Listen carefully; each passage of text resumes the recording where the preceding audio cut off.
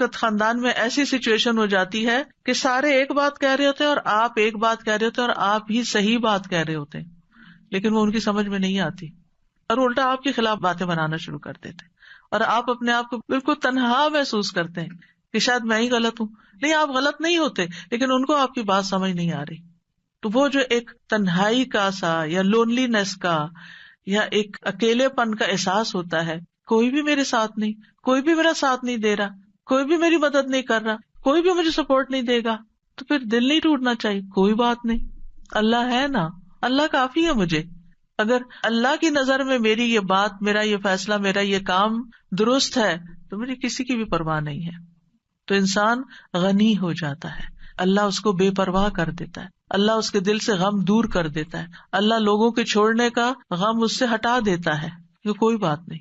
بعض اوقات آپ کو کوئی بڑا اہم کام کرنا ہوتا ہے، کوئی اچھا پروجیکٹ لے کے آپ چلتے ہیں، آپ ایک دوست سے بات کرتے ہو، کہتے ہیں یہ دیوانگی ہے، ایسی تمہارا خیال ہے، دوسری سجیشن وہ بھی کوئی کام کی نہیں، تیسری وہ بھی، آپ سوچتے ہیں کہ کسی کو میری بات ہی نہیں سمجھ آتی، کوئی میرا ساتھ ہی دینے کو تیار نہیں. ایسے تمام دل ٹوٹنے والے ٹائمز پر حسبی اللہ و نعم الوکیل، اگر میں ایک خیر کا کام لے کر چلی ہوں تو اللہ میری مدد کرنے والا ہے. کیونکہ ہم دیکھیے کہ دنیا میں بڑے کام صرف ان لوگوں نے کیے ہیں جن کا حوصلہ بلند ہوتا ہے، جن کا توکل پھر اللہ کی ذات پر ہوتا ہے کہ یہ ہوگا، اللہ کرے گا، کرنے والا اللہ ہے. میں طریقہ کروں گی، سبب اختیار کروں گی، محنت کروں گی، لیکن برکتیں اور رحمتیں تو اللہ ہی کی طرف، فضل تو اللہ کی طرف. اللہ ذو فضل عظیم، بڑا فضل تو اللہ کے پاس ہے. ہم لوگوں کے ہاتھوں کی طرف دیکھتے ہیں، لوگوں کے خزانے کی طرف دیکھتے ہیں، اصل خزانوں کا مالک کون ہے اور ان لوگوں کا بھی مالک کون ہے؟ وہ بھی اللہ ہے. ان کے دل بھی اللہ کے ہاتھ میں، وہی انہیں توفیق دے گا تو خیر کے کام میں ساتھ دیں گے، نہیں تو نہیں دیں گے. تو کوئی بھی ایسا موقع جہاں آپ کے اپنے پیارے آپ کا ساتھ نہ دیں، وہاں بھی دل چھوٹا نہ کریں، وہاں بھی آپ کا دل نہیں ٹوٹنا چاہیے، کیونکہ اللہ آپ کے ساتھ ہے. تو فَإِن تَوَلَّوْا، اگر یہ منہ موڑ جائیں، آپ کا ساتھ نہ دیں، تو آپ حسبی اللہ کہیں، لا الہ الا ہو کہیں، علیہ توکلت کہیں، وہو رب العرش العظیم کہیں. ایک چھوٹی سی دعا کے اندر ہر پارٹ جو ہے اس کا بہت پاورفل ہے. یعنی اللہ مجھے کافی ہے، اللہ کے سوا کوئی معبود نہیں ہے، میرا بھروسہ اس پر ہے، مجھے اس کی مدد کا یقین ہے، میں اس کی طرف رجوع کرتا ہوں، وہ میری مدد کرے گا، وہ ساری مخلوق کا مالک، اور مخلوق میں سے سب سے عظیم ترین مخلوق کا بھی وہی رب ہے، وہی مالک ہے، وہی خالق ہے، تو میں اس کا سہارا لیتا ہوں. تو یہ ان مبارک دعاؤں میں سے ہے جن کے پڑھنے کا اللہ تعالیٰ نے خود نبی صلی اللہ علیہ وسلم کو قل کہہ کے حکم دیا. آپ کہیے، آپ پڑھیے، یہ آپ کو فائدہ ہوگا. ایسے تھوڑی کہ اللہ تعالیٰ کے پڑھیے اور پڑھتے ہوئے چھوڑ دیں اور پھر پرواہ نہ کرے، کیسے ہو سکتا ہے؟ جو چیز اللہ تعالیٰ نے خود سکھا دی اس سے بہتر کیا ہو سکتا ہے کہ یہ آپ کو فائدہ دے گا. آپ دیکھیے کہ بعض اوقات بہت ساری چیزیں انسان کو ڈراتی ہیں، فیوچر کا خوف ہوتا ہے، جادو کا، ٹونے کا، اس کا اس کا، وہ جن، شریر، دشمن، رات کا اندھیرا ڈراتا، پتہ نہیں کیا کیا چیزیں، یعنی بہت سی چیزیں خوف دلاتی ہیں انسان کو. تمہارا کیا بنے گا، تمہارا کوئی فیوچر نہیں، تمہارے بڑھاپے کا ساتھی کون ہوگا، تمہاری اولاد تمہیں نہیں پوچھتی، تمہارا شوہر تمہیں نہیں پوچھتا، تمہارے لیے رزق کا کوئی سبب نہیں. کئی چیزیں انسان کو شیطان ڈراتا رہتا ہے نا. ایسے سارے موقعوں پر حسبی اللہ، جب تک اللہ ہے نا میری زندگی میں، کسی چیز کی کمی نہیں، کیونکہ اسباب بھی وہ مہیا کرتا ہے، دعائیں بھی وہ قبول کرتا ہے، عبادت بھی اسی کے لیے ہے، اور وہ سب کچھ کر سکتا. کیا فکر کی ضرورت ہے؟ توکل کریں، بھروسہ کریں.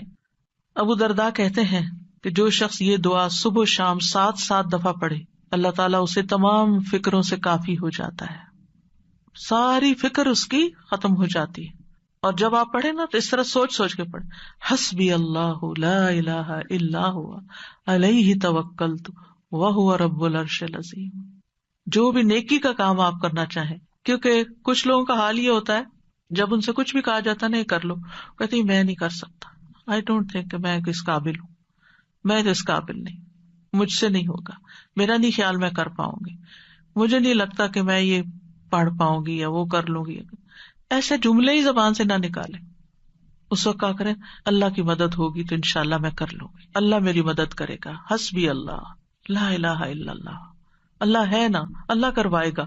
مشکل سے مشکل وقت, انہونی چیزیں, اور جب آپ کو اللہ کا سہارا مل جاتا ہے نا, آپ تنہا نہیں ہوتے. اور جب آپ تنہا نہیں ہوتے, اکیلے نہیں ہوتے, تو آپ کو غم ختم ہو جاتا ہے, آپ کی زندگی سے غم رخصت ہو جاتا ہے. ٹھیک ہے, قریب و مجیب, آپ یقین کریں دل بھر کے کلمات پڑھے نا, مجھے تو اپنے سینے میں ایک ٹھنڈک محسوس ہوتی, یعنی فزیکل فیلنگ بھی میری بدل جاتی. وہ قریب ہے, اس سے زیادہ تو کوئی قریب ہمارے ہو ہی نہیں سکتا. ہم انسانوں کو قریب سمجھتے ہیں, نہیں, ان کی تو اپنی بہت سی مشکلات ہیں, وہ تو اپنے لیے بھی کافی نہیں ہے, ہمارے لیے کہاں ہوں گے. اور پھر میری دعاؤں کو بھی وہ سننے والا ہے, اس لیے مجھے کس بات کا فکر ہو, کس بات کا غم. تو یہ دعا دین و دنیا کی پریشانی دور کرنے کا ذریعہ ہے, ہر مصیبت سے کفایت کرتی ہے جو بندے کو پریشان کرتی ہے. اسباب اختیار کرنے کے بعد اللہ پر بھروسہ کرنا ہی کامل توحید ہے. اللہ پر توکل کرنا اللہ کے کافی ہونے کا سبب ہے. اور یہ کلمہ توحید ہے نا, لا الہ الا ہو, اس کی بنا پر انسان کو دنیا اور آخرت میں نجات ملتی ہے. آخرت میں جنت کی کنجی بھی یہی ہے, توحید خالص. اور جب مشکل میں آپ نے سب کو چھوڑ دیا نا, صرف اللہ کو پکڑا, تو آپ کی توحید پکی ہو گئی. اور پھر آپ نے اس دعا میں توحید, توکل اور اللہ کے رب ہونے کا وسیلہ پکڑا. اور کبھی یہ دعا جو ہے طلب کی بجائے خبر کے صیغے میں بھی مانگی جاتی ہے, مطلب صرف اللہ کے بارے میں اچھا گمان اپنا رکھنے کو. تو یہ توکل ہے کیا چیز, تھوڑا سا اس پہ بات کر لیتے ہیں. توکل کا مطلب ہوتا ہے اپنی بے بسی کا اظہار کرنا اور اپنے علاوہ کسی دوسرے پر اعتماد کرنا. میں کمزور ہوں, میرے پاس کچھ نہیں, تو ہی سب کچھ ہے. اور دینی معنی میں توکل کیا ہوتا ہے, دنیا اور آخرت کے فوائد اور نقصانات کے معاملے میں دل کا اللہ تعالی کی ذات پر اعتماد کرنا, اور یہ ایمان رکھنا کہ اللہ کے سوا کوئی عطا نہیں کر سکتا, نہ روک سکتا, نہ نقصان دے سکتا, نہ نفع دے سکتا, سب کچھ اسی کے اختیار میں. ابن الجوزی کہتے ہیں یہ اللہ پر بھروسہ کرتے ہوئے اللہ کی اچھی تدبیر کی بنا پر اپنے معاملے کو اللہ کے سپرد کر دینا ہے, اللہ پر اعتماد کرنا ہے. خرابی کہتے ہیں توکل یہ کہ اللہ سے اچھا گمان رکھا جائے کہ اللہ یہ کام کر دے گا. توکل اللہ کے وعدوں پر دل کا اطمینان ہوتا ہے. ابن تیمیہ کہتے ہیں اللہ پر توکل کرنا فرض ہے اور بڑے فرائض میں سے ہے, جیسا کہ اللہ کے لیے اخلاص اپنانا واجب ہے. اور اللہ نے کئی آیات میں توکل کرنے کا حکم دیا ہے. یہ وضو کرنے کے حکم غسل جنابت کے حکم سے بھی بڑا حکم ہے, اور اللہ نے اپنے علاوہ کسی اور پر توکل سے منع کیا. یعنی وضو کا حکم تو ایک دفعہ آیا نا, جنابت سے غسل کا حکم تو قرآن میں ایک دفعہ آیا, توکل کا حکم کئی دفعہ آیا. تو ہم وضو کا اہتمام تو ضرور کرتے ہیں, پاکیزہ ہونے کا اہتمام کرتے ہیں, لیکن جب توکل کی باری آتی ہے تو ہم فیل ہو جاتے ہیں, وہ ہمیں یاد نہیں رہتا. پھر سعید بن جبیر کہتے ہیں اللہ پر توکل کرنا ایمان کا خلاصہ ہے. ابو محمد سہل کہتے ہیں مقامات میں توکل سے زیادہ باعزت کوئی اور مقام نہیں.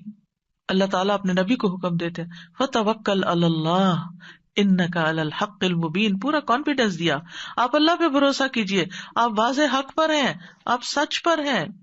ایک اور جگہ پر ہے وَتَوَكَّلْ عَلَى الْحَيِّ الَّذِي لَا يَمُوتُ وَسَبِّحْ بِحَمْدِهِ, اس زندہ ہستی پر بھروسہ کیجئے, یعنی اللہ پر جو نہیں مرے گا, اور اس کی حمد کے ساتھ تسبیح کیجئے.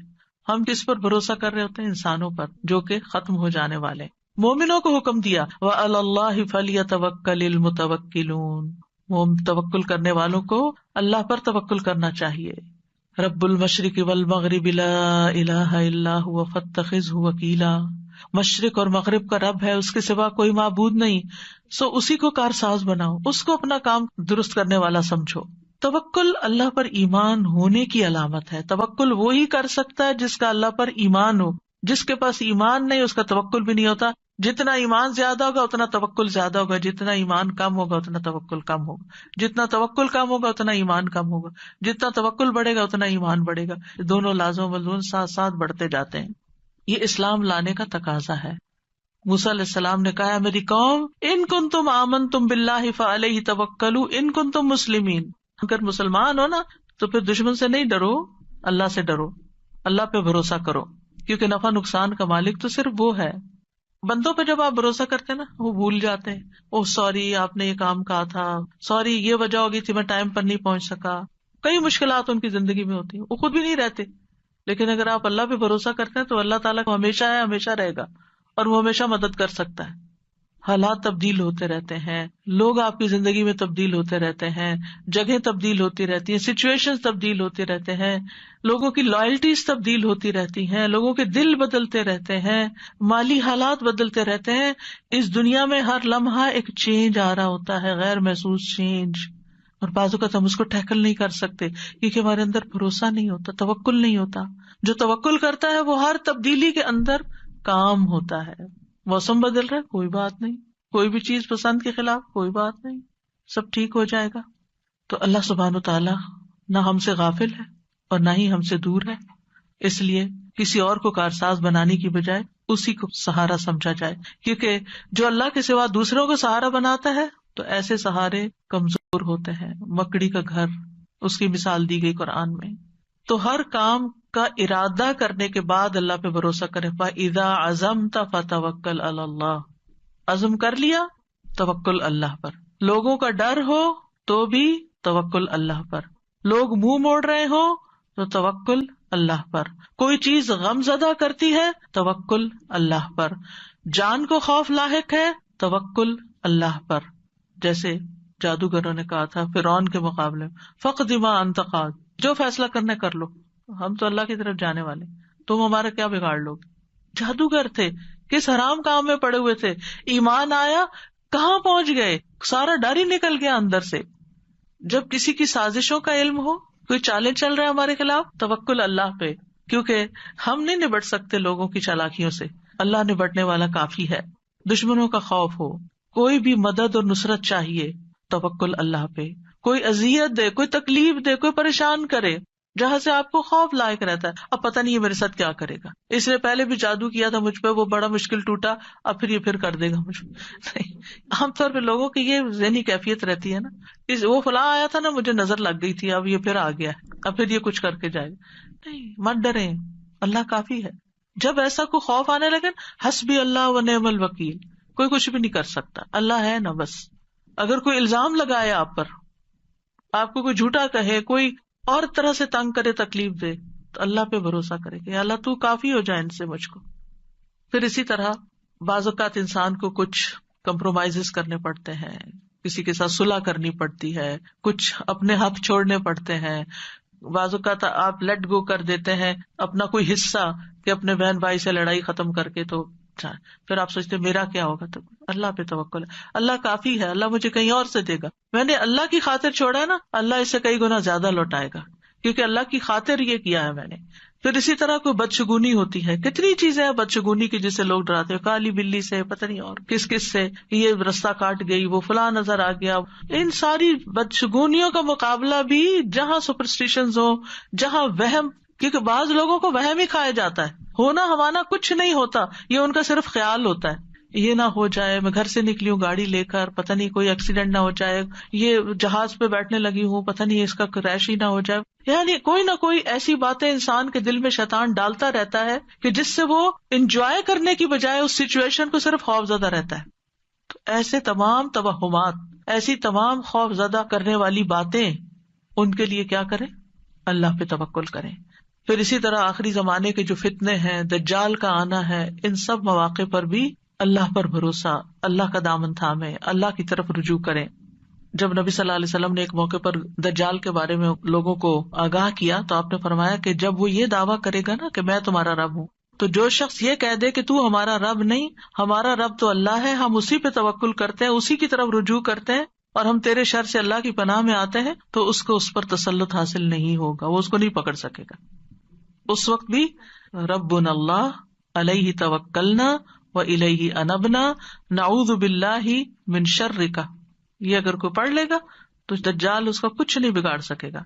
تو بہرحال جو لوگ اللہ پہ توکل کرتے ہیں، ایک طرف وہ شر سے بچ جاتے ہیں، دوسری طرف ان کو بہت سے فائدے بھی ہوتے ہیں، اللہ کی محبت ملتی ہے، کیونکہ ان اللہ یحب المتوکلین، اللہ توکل کرنے والوں سے محبت کرتا ہے، اللہ ان کو کافی ہو جاتا ہے. ومن یتوکل علی اللہ فہو حسبہ، جو اللہ پہ توکل کرے گا اللہ اسے کافی ہوگا.